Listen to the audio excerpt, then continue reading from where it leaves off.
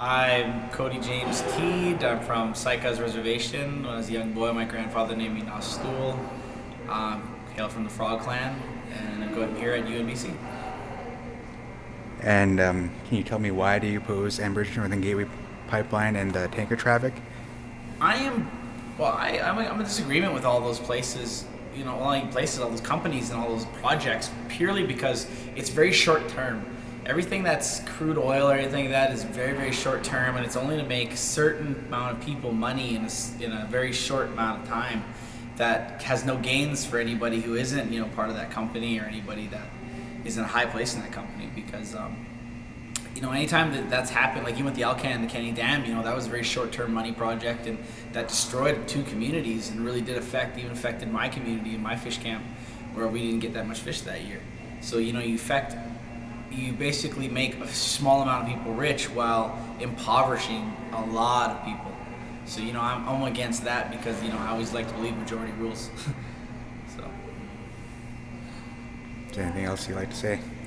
I'm always against the Enbridge, just in the premises. It's like these people who want oil, who's going to use money and persuasion and really go outside of democracy to have anything done correctly. If we live in a democracy and we have enough people, I certainly know enough people that are against it to a strong point, and there's a lot of people vocally that are against it. And as opposed to just saying, oh well, that's the Democratic post, we're gonna put it all through, and then people don't want it, they don't want it.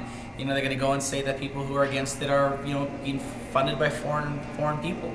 It's like maybe there are people in America who are against this project, but we're all the same people. We're all the same. We live in the same chunk of earth, whether it's Canada or America. And if things bad happen here, then bad things are gonna happen there.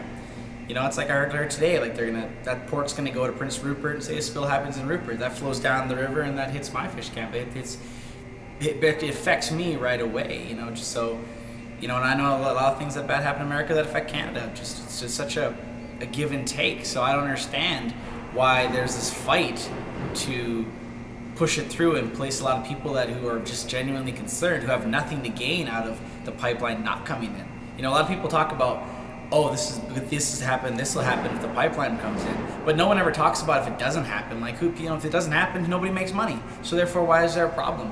Why is there a problem if people don't want that pipeline in? Why is there a problem if they just want to leave it be and let's go with whatever? And everyone's like, no, we need economy. It's like, well, that economy is only happening for a certain amount of people. It's going to happen for everybody. If everybody was going to gain to it, and I mean long-term gain, like every time we gain something from it, they know it would never hurt anything, and we can move on merrily along with the way our lives are moving, I'm sure everyone would become for it. But for me, I wouldn't even be able to get a job in that. So how am I going to support that person who's already a billionaire to get more money while I make maybe what he makes in a couple hours?